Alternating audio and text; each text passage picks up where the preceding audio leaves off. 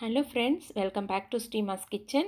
இன்றைக்கி நம்மளுடைய வீடியோவில் எளிமையான வீட்டு குறிப்புகள் தாங்க நம்ம பார்க்க போகிறோம். என்னென்ன கிச்சன் டிப்ஸ் இருக்குதுன்னு சொல்லிட்டு பார்க்கலாம். வாங்க நம்ம வீடியோக்குள்ளே போயிடலாம். நம்ம இன்றைக்கி கரப்பாம்பூச்சி எப்படி வீட்டில் இருந்து அதை ஒழிக்கலாம்னு சொல்லிட்டு தாங்க பார்க்க போகிறோம்.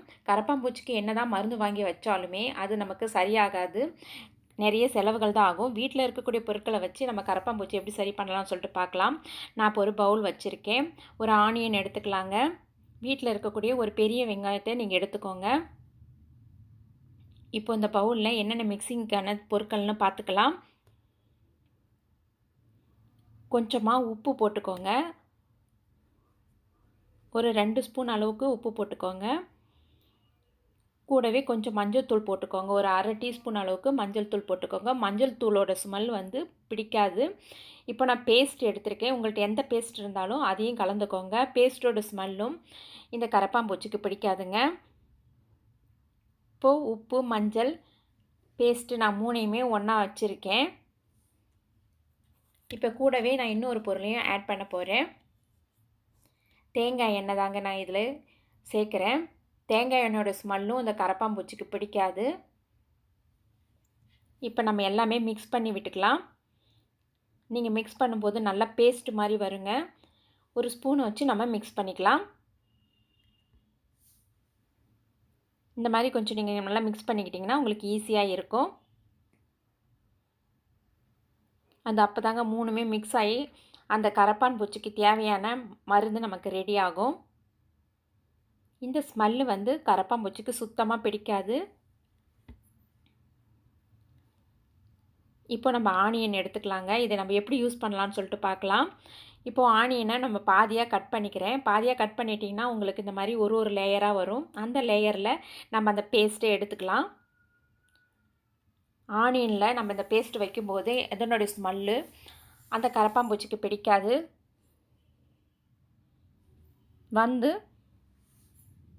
இந்த மாதிரி கொஞ்சம் கொஞ்சமாக வச்சுக்கலாங்க.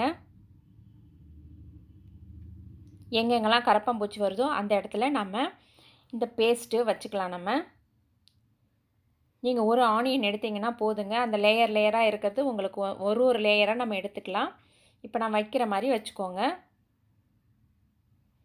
இருக்கக்கூடிய எல்லா பேஸ்ட்டையும் எடுத்து வச்சுக்கோங்க. இந்த மாதிரி எடுத்து வச்சுக்கோங்க ஃப்ரெண்ட்ஸ். நீங்கள் ரெடி பண்ணி வச்சிட்டிங்கன்னா ஈஸியாக இருக்கும். நான் இந்த மாதிரி ரெடி பண்ணி வச்சுருக்கேன்.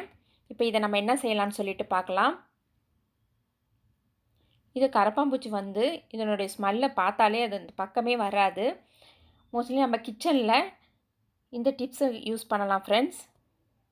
நான் கிச்சனில் தான் வைக்கிறேன். இந்த மாதிரி ஓரங்களில் வச்சுருங்க. இந்த மாதிரி வீடியோவில் காட்டின மாதிரி நீங்கள் எந்த ஓரங்களில் கரப்பாம்பூச்சி அதிகமாக வருதோ அந்த ஓரங்களில் நீங்கள் வச்சுருங்க ஃப்ரெண்ட்ஸ். இதனுடைய வாசனைக்கு கரப்பாம்பூச்சி பக்கத்திலே வராது.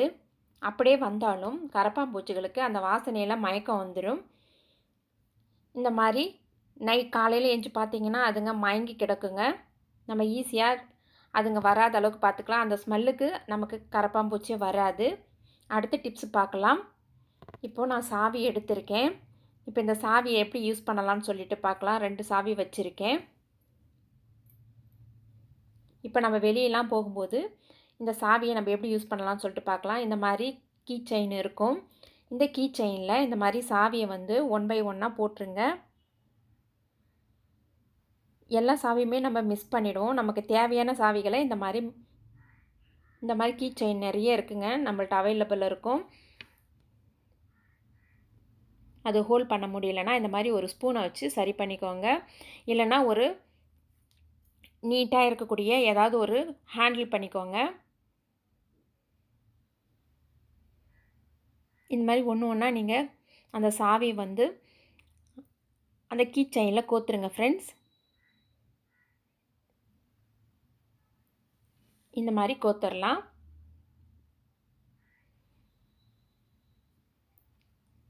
நமக்கு எத்தனை சாவிகளை போட முடியுமோ அந்த அளவுக்கு நம்ம போட்டுக்கலாம். இப்போ நம்ம இது என்ன பண்ண போகிறோன்னு சொல்லிட்டு பார்க்கலாம். இதை நம்ம அப்படியே வச்சுருந்தோன்னா நம்மளுக்கு சாவி மிஸ் ஆகிடும். அதனால் இங்கே பாருங்கள், இந்த மாட்டுற மாதிரி இருக்குது பாருங்கள். இந்த மாதிரி பர்ஸ் இருக்கும் நம்மள்ட்ட. அந்த பர்ஸோடைய செயின் இருக்கும் பாருங்கள். அதில் இப்போ போட்டு விட்டுட்டிங்கன்னா நீங்கள் ஈஸியாக ஹேண்ட்பேக்கில் போட்டுட்டிங்கன்னா எடுத்துக்கலாம். சாவியை தேடிட்டு இருக்க வேண்டாம். இது ரொம்ப ஈஸியாக இருக்கும் ஃப்ரெண்ட்ஸ். நம்ம டக்குன்னு எடுத்து வீட்டை ஓப்பன் பண்ணணுன்னா ஓப்பன் பண்ணிக்கலாம். இல்லத்தரசிகளுக்கு இந்த ஹெல்ப்ஃபுல்லான டிப்ஸ் ரொம்பவுமே பயனுள்ளதாக இருக்கும். இப்போ இதை நீங்கள் ஹேண்ட்பேக்கில் போட்டுட்டு வேணுங்கிறப்ப எடுத்துக்கலாம் ஃப்ரெண்ட்ஸ். உங்களுக்கு பிடிச்சிருந்தா ஒரு லைக் பண்ணுங்கள். அடுத்த டிப்ஸுக்கு போகலாம். இப்போ நான் வந்து காளான் வச்சுருக்கேன். காளான் நம்ம எப்படி ஈஸியாக கட் பண்ணலான்னு சொல்லிட்டு பார்க்கலாம். என்ன தான் காளானை கட் பண்ணனாலும் நமக்கு மண் நிறைய வரும். அதனால் நம்ம நல்லா ஃபஸ்ட்டு க்ளீன் பண்ணிக்கணும். க்ளீன் பண்ணிவிட்டு சுடு தண்ணியில் ஒரு 5 நிமிஷம் போட்டு எடுத்துக்கோங்க. இப்போ நான் எல்லாமே பண்ணி வச்சுருக்கேன். இப்போ க்ளீனாக இருக்குது. இப்போ எப்படி ஈஸியாக கட் பண்ணேன்னா உங்களுக்கு அப்படியே நான் உடையாமல் வரும்னு சொல்லிட்டு பார்க்கலாம். அந்த எட்ஜில் இருக்கிறத கொஞ்சம் கட் பண்ணிவிடுங்க ஃப்ரெண்ட்ஸ். அதுதான் வந்து உங்களுக்கு மண் நிறைய இருக்கும். அதை எடுத்து போட்டுருங்க. போட்டுட்டு காளான் இந்த மாதிரி ஒரு நம்மளுக்கு 4 பீஸ் வேணும்னாலும் கட் பண்ணிக்கலாம், 6 பீஸ் வேணுனாலும் கட் பண்ணிக்கலாம். நீங்கள் 4 பீஸ் போட்டிங்கன்னா பிரியாணி மாதிரி இருக்கிற பொருட்களுக்கு சீக்கிரமாக குழஞ்சி வராது, அப்படியே ஸ்டிஃபாகவே இருக்கும். இந்த ஷேப்பில் நம்ம கட் பண்ணிக்கலாம். இந்த ஷேப்பில் கட் பண்ணிட்டிங்கன்னா உங்களுக்கு ஈஸியாக இருக்கும். ஈஸியாக நம்ம இந்த மாதிரி வாஷ் பண்ணிவிட்டு நீங்கள் கட் பண்ணும்போது இன்னும் கொஞ்சம் நீங்கள் சுடு தண்ணியிலையும் கொஞ்சம் உப்பு போட்டு வாஷ் பண்ணிட்டிங்கன்னா ஈஸியாக கட் பண்ண வந்துடும். நம்ம இப்போ எவ்வளோ காளானாக இருந்தாலும் ஈஸியாக கட் பண்ணிடலாம். காளானை பொறுத்த வரைக்கும் முன்னாடியே கட் பண்ணாதீங்க, கருப்பு கலரில் மாறிடும். நீங்கள் சமைக்கும் போது மட்டும் கட் பண்ணிவிடுங்க. இந்த டிப்ஸை வச்சு கட் பண்ணும்போது உங்களுக்கு டக்கு டக்குன்னு சீக்கிரமாக கட் பண்ணிடலாம். உங்களுக்கு ஈஸியாகவும் இருக்கும். இனிமேலுக்கும் நீங்கள் சமைக்கும்போது காளானில் உங்களுக்கு மண் வரவே வராது ஃப்ரெண்ட்ஸ். ஈஸியாக இருக்கும். நல்லா வாஷ் பண்ணிவிடுங்க. ஒரு டைமுக்கு ஒரு 3 டைமுக்கு நல்லா வாஷ் பண்ணிவிட்டு சுடு தண்ணியில் வாஷ் பண்ணிவிடுங்க. இந்த டிப்ஸு உங்களுக்கு ரொம்ப பயனுள்ளதாக இருக்கும். ட்ரை பண்ணி பாருங்கள். நாம் இன்றைக்கி பார்த்த எல்லா டிப்ஸுமே உங்களுக்கு ரொம்ப யூஸ்ஃபுல்லாக இருக்கும்.